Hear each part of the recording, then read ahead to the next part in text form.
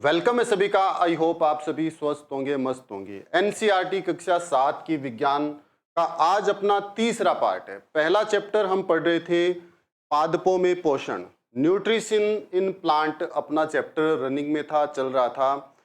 तो इससे पहले हम चैप्टर को शुरू करें, जो विद्यार्थी पहली बार इस चैनल पर आए हैं वो एक बार चैनल को सब्सक्राइब जरूर करेंगे और चैनल को लाइक करेंगे और अपने दोस्तों को, अपने प्यारे प्यारे मित्रों को वीडियो को शेयर जरूर करेंगे। तो हम शुरू करते हैं एनसीईआरटी विज्ञान का पहला चैप्टर कक्षा 7 पादपों में पोषण का तीसरा भाग।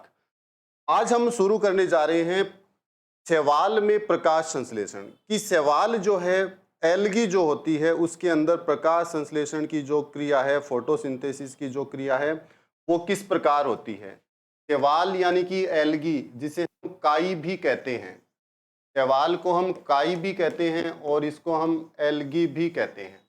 तो एल्गी में यानी कि शैवाल में जो फोटोसिंथेसिस है, प्रकाश संश्लेषण है, वो किस प्रकार से होता है, इसकी चर्चा हम इस टॉपिक में करने जा रहे हैं। देखिए, शैवाल क्या है विद्यार्थियों? शैवाल एक हरे रंग का एक पादप होता है, काई जिसे कहते हैं। और शैवाल साधारणतया तालाब तथा अन्य जो रुका हुआ पानी होता है, जल होता है, उसके पास पाया जाता है। जैसे हम किसी तालाब के पास जाते हैं या एक जैसे नाली में हम देखते हैं जहाँ पर पानी कुछ समय के लिए या कुछ दिनों के लिए रुक जाता है, तो वहाँ पर एक हरे रंग का पदार्थ इकट्ठा हो जाता है। या एक ऐसी दीवार जिसमें लंबे समय तक सीलन रहती है, नमी रहती है, वहाँ पर भी एक हरे रंग का पदार्थ जो है वो एकत्रित हो जाता है।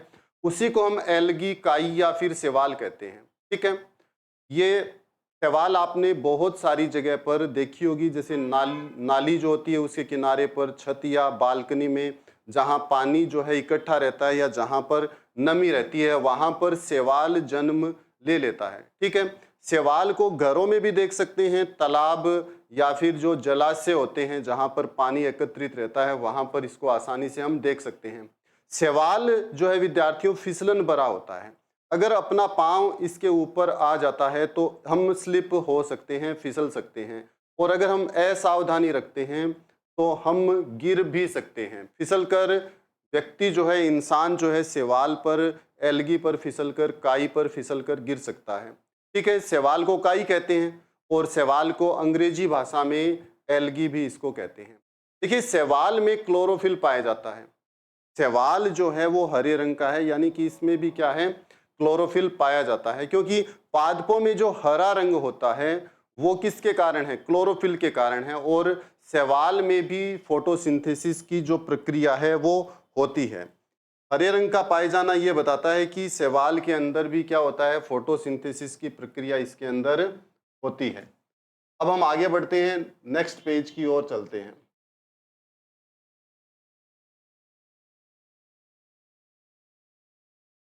देखिए, पादपों में कार्बोहाइड्रेट के अतिरिक्त अन्य खाद्य का जो संश्लेषण है वो किस प्रकार होता है। ठीक है, देखिए, पादपों में कार्बोहाइड्रेट का संश्लेषण, कार्बोहाइड्रेट का जो निर्माण है वो तो किस प्रकार से होता है, ये हम पढ़ ही चुके हैं कि जो CO2 है, कार्बन डाइऑक्साइड है, ठीक है, वो जल के साथ मिलती है। कार्बन डाइऑक्साइड जल के साथ मिलती है। सूर्य का प्रकाश और क्लोरोफिल की उपस्थिति में, सूर्य के प्रकाश और क्लोरोफिल की उपस्थिति में जब कार्बन डाइऑक्साइड जल के साथ मिलती है तो कौन बनता है? कार्बोहाइड्रेट बनते हैं। तब कार्बोहाइड्रेट का संश्लेषण होता है और साथ में जो ऑक्सीजन है वो रिलीज की जाती है, छोड़ दी जाती है। तो कार्बोहाइड्रेट का जो संश्लेषण है, कार्बोहाइड्रेट का जो निर्माण है, वो तो हम पढ़ ही चुके हैं। परंतु पादपों में कार्बोहाइड्रेट के अतिरिक्त जो अन्य पदार्थ होते हैं उनका जो निर्माण है वो किस प्रकार से होता है, ये हम इस टॉपिक में पढ़ेंगे। देखिए, प्रकाश संश्लेषण के प्रक्रम में पादप कार्बोहाइड्रेट बनाते हैं, इस प्रकार से हमने देख लिया। और कार्बोहाइड्रेट एक कार्बनिक यौगिक है, कार्बनिक पदार्थ है। ठीक है ना, ये जो कार्बोहाइड्रेट होते हैं ये कार्बनिक पदार्थ होते हैं। कार्बनिक पदार्थ होने का मतलब क्या है कि कार्बोहाइड्रेट में कार्बन होती है, हाइड्रोजन होती है और ऑक्सीजन होती है। कार्बोहाइड्रेट में carbon plus hydrogen plus oxygen, इन तीनों से मिलकर कार्बोहाइड्रेट बनते हैं। शर्करा भी इसको कहते हैं। और इनका उपयोग भोजन के अन्य घटक तथा प्रोटीन तथा वसा बनाने में भी करते हैं। ठीक है, इनका उपयोग मतलब ये जो है कार्बन, हाइड्रोजन, ऑक्सीजन, इनका जो उपयोग है प्रोटीन और वसा बनाने में भी किया जाता है। प्रोटीन तथा वसा का निर्माण, प्रोटीन और वसा का निर्माण जो है वो किससे होता है? कार्बन, हाइड्रोजन और ऑक्सीजन से ही होता है। इसी से, इन तीनों से ही कार्बोहाइड्रेट बनते हैं, इन तीनों से ही प्रोटीन और फैट बनते हैं। परंतु प्रोटीन के संश्लेषण में एक अन्य घटक की आवश्यकता होती है, जिसे क्या कहते हैं? प्रोटीन के लिए नाइट्रोजन की आवश्यकता होती है। प्रोटीन के संश्लेषण के लिए, प्रोटीन के निर्माण के लिए किसकी आवश्यकता होती है? नाइट्रोजन की आवश्यकता होती है। और नाइट्रोजन जो है वो अपने वातावरण में, वायु में पर्याप्त मात्रा में, प्रचुर मात्रा में उपलब्ध होता है। ठीक है ना? मेरी बात समझ रहे हो ना कि कार्बोहाइड्रेट का जो सिंथेसिस है, संश्लेषण है, वो तो हम पढ़ ही चुके हैं कि सूर्य के प्रकाश और क्लोरोफिल की उपस्थिति में पादप जो है कार्बन डाइऑक्साइड और जल बना मिलकर, पादपों में कार्बन डाइऑक्साइड और जल मिलकर क्या बनाते हैं? कार्बोहाइड्रेट बनाते हैं और ऑक्सीजन मुक्त होती है। अब कार्बोहाइड्रेट जो होते हैं वो कार्बनिक पदार्थ होते हैं, मतलब हाइड्रोजन, कार्बन और ऑक्सीजन से मिलकर बने होते हैं। और इनका जो उपयोग है, कार्बन, हाइड्रोजन और ऑक्सीजन का जो उपयोग है वो प्रोटीन और वसा बनाने में भी करते हैं। ठीक है, लेकिन प्रोटीन के संश्लेषण के लिए इन तीनों के अतिरिक्त, प्रोटीन के लिए ये तीन तो चाहिए ही, इन तीनों के अतिरिक्त प्रोटीन के लिए किसकी आवश्यकता होती है? नाइट्रोजन की आवश्यकता होती है। और नाइट्रोजन अपने वायुमंडल में, वायु में पर्याप्त मात्रा में, प्रचुर मात्रा में उपलब्ध है। परंतु पादप नाइट्रोजन को वायुमंडल से नहीं लेते हैं। पादप जो है वो नाइट्रोजन को कहां से अवशोषित करते हैं? जमीन से ही, जड़ों से ही अवशोषित करते हैं। इसको हम पढ़ेंगे नेक्स्ट चैप्टर में। देखिए, पादप तथा अन्य खनिज नाइट्रोजन कैसे प्राप्त करते हैं। पादप और अन्य जो खनिज हैं, पादप जो है अन्य खनिज को और नाइट्रोजन को कैसे प्राप्त करते हैं, ये इस टॉपिक में लिखा गया है। देखिए, पादप जो है वो मिट्टी से अवशोषित करते हैं। पादप नाइट्रोजन को कहां से अवशोषित करते हैं? मिट्टी से अवशोषित करते हैं। अभी हमने इस बात का जिक्र किया था। और मिट्टी में कुछ विशेष तरह के बैक्टीरिया होते हैं, और कुछ विशेष तरह के जो बैक्टीरिया होते हैं उनको राइजोबियम कहते हैं। ये भी हम पीछे पढ़ चुके हैं।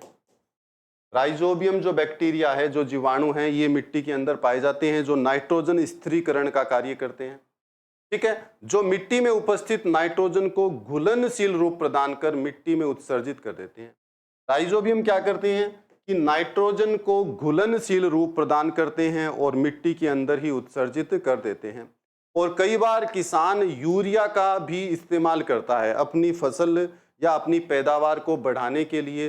वो यूरिया अपने खेत में, अपनी फसल में देता है। और यूरिया में कौन है? नाइट्रोजन है।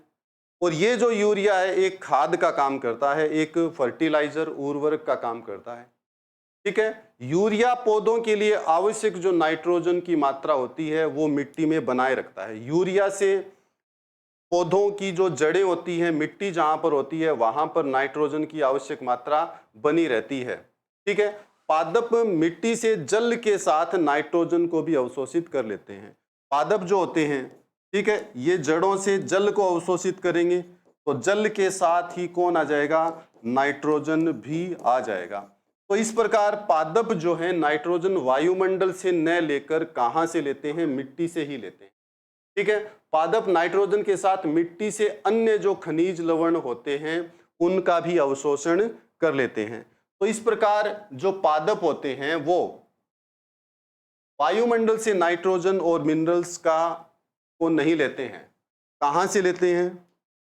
वो लेते हैं मिट्टी से। राइजोबियम जो है वो नाइट्रोजन स्थिरीकरण का कार्य करता है और ये पौधों के लिए, पादपों के लिए एक अत्यंत लाभदायक जीवाणु होता है। ठीक है, कई पादप ऐसे हैं जिनमें क्लोरोफिल नहीं पाया जाता है।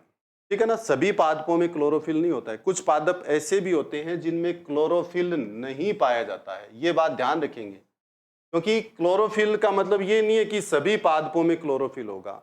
ठीक है, कुछ पादप ऐसे भी होते हैं जिनमें क्लोरोफिल नहीं पाया जाता। ये पादप क्लोरोफिल के अभाव में हरे रंग के नहीं होते हैं। ठीक है, हरे रंग का होना किस बात का घोतक होता है, द्योतक होता है? क्लोरोफिल का। परंतु जिनमें जो हरे रंग के नहीं है उनमें क्लोरोफिल का अभाव होता है। ठीक है, क्लोरोफिल नहीं होने के कारण पादप अपना जो खाद्य है, अपना जो आहार है, वो स्वयं संश्लेषित नहीं कर सकते हैं, क्योंकि हम ये जानते हैं कि जो पादप होते हैं अपना भोजन यानी कि कार्बोहाइड्रेट का निर्माण करने के लिए क्लोरोफिल की जो उपस्थिति है, सूर्य के प्रकाश की जो उपस्थिति है, वो जरूरी है।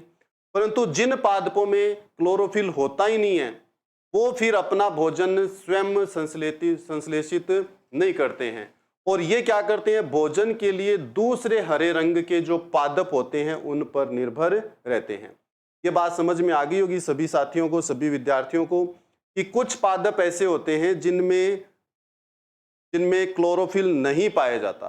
ठीक है, और ये जो पादप होते हैं वो क्लोरोफिल के अभाव में हरे रंग के नहीं होते हैं।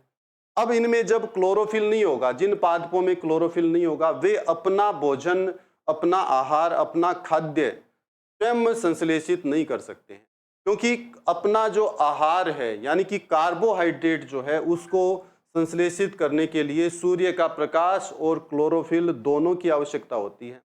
पर जिन पादपों में क्लोरोफिल होता ही नहीं है, वो फिर अपना भोजन स्वयं नहीं बना सकते हैं। फिर वो अपना भोजन कैसे प्राप्त करेंगे? अपने भोजन के लिए वो दूसरे जो हरे रंग के पादप होते हैं उन पर निर्भर करते हैं, और ऐसे पादपों को विषम पोषी प्रणाली द्वारा भोजन प्राप्त करते हैं। ऐसे जो पादप होते हैं वो विषम पोषी प्रणाली द्वारा भोजन प्राप्त करते हैं। समझ गए मेरी बात? जो पादप हरे रंग के नहीं होते हैं, जिनमें क्लोरोफिल नहीं होता है, वे दूसरे पादपों से अपना भोजन प्राप्त करते हैं, दूसरे पादपों पर निर्भर करते हैं, और ऐसे पादप क्या कहलाते हैं? विषम पोषी प्रणाली द्वारा भोजन प्राप्त करते हैं। ये पादप दूसरे जीवों पर निर्भर रहते हैं, अतः ये क्या कहलाते हैं? परपोषी कहलाते हैं। ये पादप दूसरे जीवों पर, दूसरे पादपों पर निर्भर होते हैं, इसलिए इनको क्या कहते हैं? हम परपोषी कहते हैं। तो विद्यार्थियों, ये अपना पादपों में पोषण पहला चैप्टर था। आई होप सभी विद्यार्थियों को ये जो चैप्टर है वो बहुत अच्छे से समझ में आ गया होगा। नेक्स्ट वीडियो के अंदर हम इस चैप्टर के सभी जो प्रश्न और उत्तर हैं उनको हल करेंगे। तो आज के लिए इतना ही विद्यार्थियों, नेक्स्ट वीडियो में प्रश्नोत्तर के साथ हम फिर मिलेंगे। तब तक सभी विद्यार्थियों का बहुत बहुत धन्यवाद। जय हिंद, जय भारत।